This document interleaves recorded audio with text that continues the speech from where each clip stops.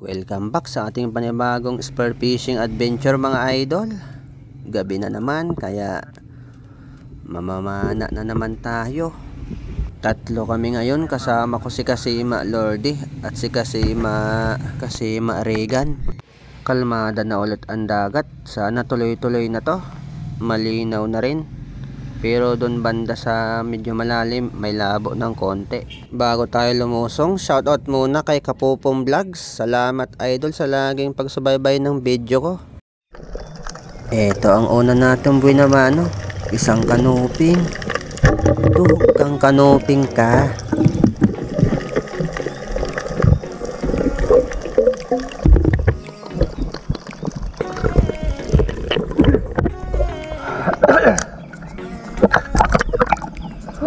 Ito, kanuping. Dito sa malalim na part nakakita tayo ng pusit. Malaki na rin kaya hinabol ko. Dalawa sila magpartner kaya pinili ko yung mas malaki. Mukhang sumasampa ulit ang mga pusit ngayon kaya bumalik tayo dun sa mababaw na part, sa may mga lumot. Ito, ayun, meron nga tayong nakitang isa. Diyan kasi sila dumadapo sa lumot na yan. Tinignan ko nga ang paligid, baka meron pang kasama.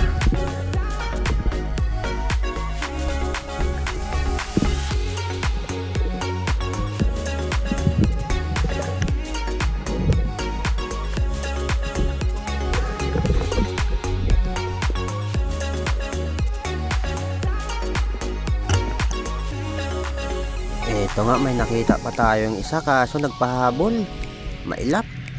Mali pala yung napuntahan ko. Sa kaliwa pala dapat, sa kanan ako pumunta.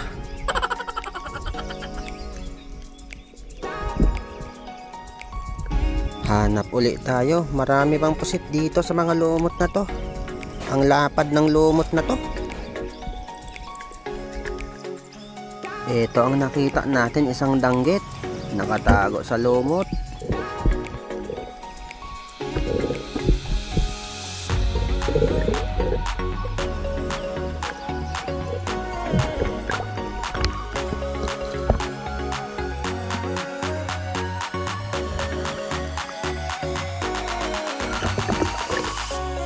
Dito nga nakakita tayo ng babing bagulan.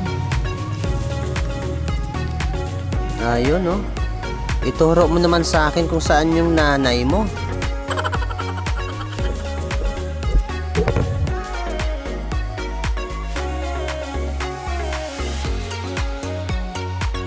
Dito nga ay may nakita tayong isang kanuping. Ayun, oh, nakasandal sa buhanginan.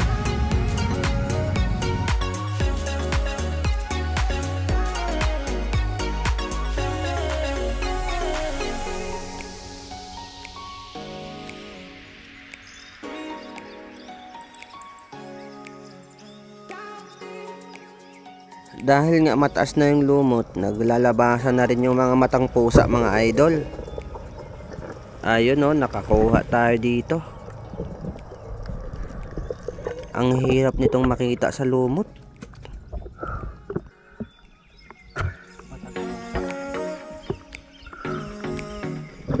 Eto, pusit na naman. Malaki na to. Ayun, Hindi tinamaan. Ang galing umilag. Hindi na natin naabutan, kaya naghanap na lang ako ng iba.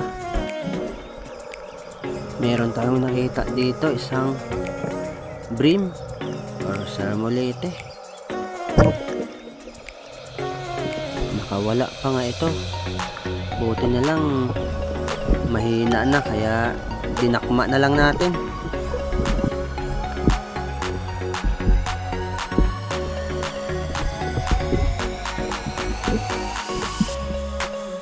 Bumalik na naman ako dito sa mga lumot, kaya may nakikita naman tayong pusit dito. Ayun no, magpahabol pa nga, pero huli natin yan.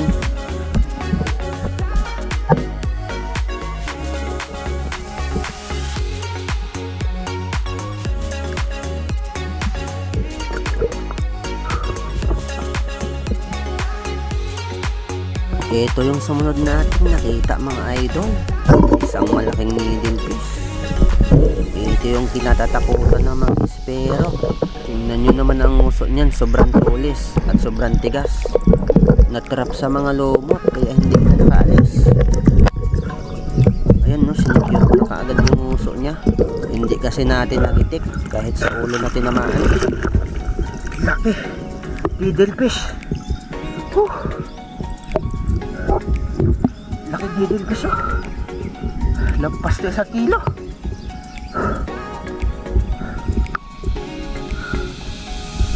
Dito sa kababaw.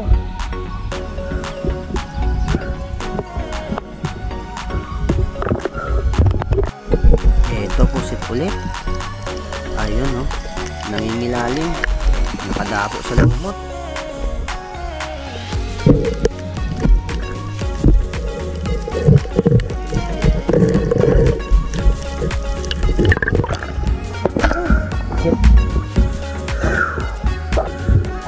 Nakadapo sa loob. Babalik na kami nito. Ito, nakakita pa tayo ng matang pusa. Itong matang pusa.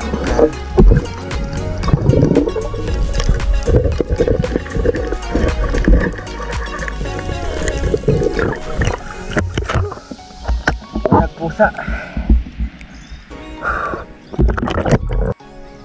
Ito naman, danggit ulit.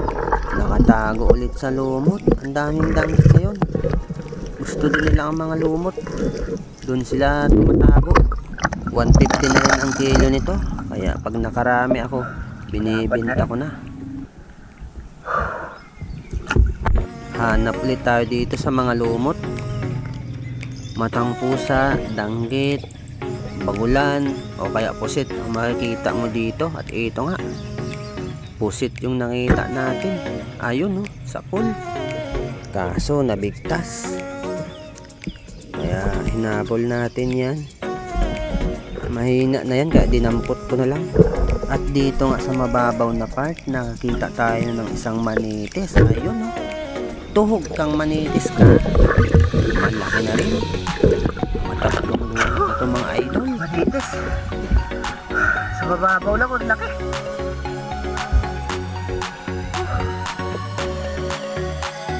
Ito, danggit ulit. Sa pool kang danggit ka. Malalapad na yung mga danggit dito.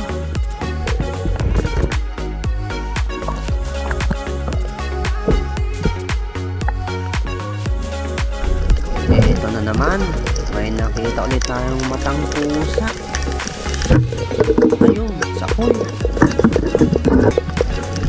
Pwede na rin ito. Mga dalawang buhit na. Matagpusa ulit. Lalabasan na matagpusa dahil sa lobot. At hanap ulit tayo. At eto, danggit ulit. Ayun no, tuhog kang danggit ka.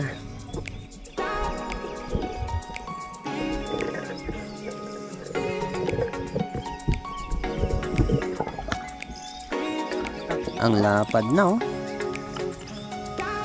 Sakit tumakatinik, kaya ingat-ingat tayo dito. Yun na yung panghuli natin mga idol.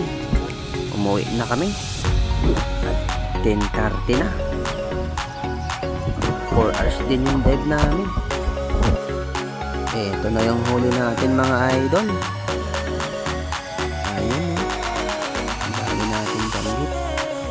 Ganyan tayong pusit. Tapos tatang pusa at itong malaking needle fish. 1.3 kg nga pala itong needle fish mga idol. Nabenta ko ng 250 yan. Okay, hanggang dito na lang mga idol. Maraming salamat. Huwag kalimutang mag-subscribe sa ating channel mga idol.